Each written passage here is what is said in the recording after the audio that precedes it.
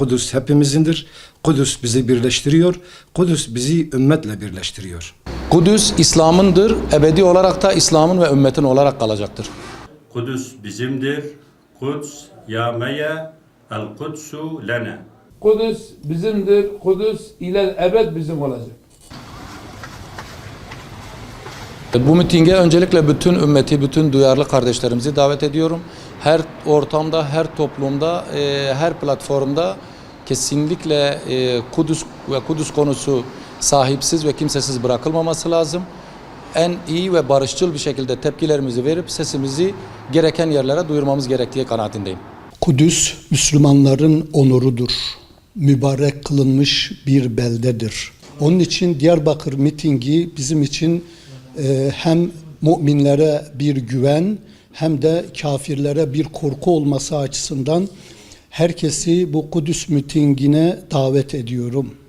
Kudüs için kelimelerin kifayetsiz kaldığı bir yerdir diyebiliriz. Kudüs, peygamberlerin Rableriyle randevuleştiği yerdir.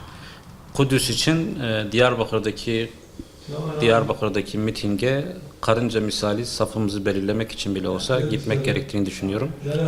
İnşallah özlenen o tablo en kısa zamanda ulaşır. Bütün Müslümanların Kudüs konusunda, Mescid-i Aksa konusunda duyarlı olması lazımdır.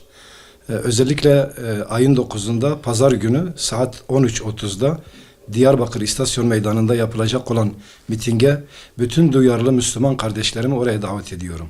Bu 100 yıllık ihanet planına karşı bu pazar Peygamber Sevdalıları ve Mustazaflar Cemiyeti'nin düzenleyeceği Kudüs Bizimdir mitingine bütün halkımızı ve Türkiye'de Sakarya ve İstanbul'da yapılacak olan mitinglere de bütün halkımızı buradan davet ediyoruz. Diyarbakır'daki o büyük toplantıya da o mitinge de kardeşlerimiz kim duyuyorsa, kim biliyorsa ona katılım sağlasınlar ve inşallah Teala bu ses Yahudilerin, Trump'ın ve onlara destek verenlerin kulağına gidecek. Onların kalbine de korku salacak. Allah-u Teala Kudüs için çalışan bütün Müslüman kardeşlerimize başarılar ihsan eylesin, yardım etsin. Size de teşekkür ediyoruz.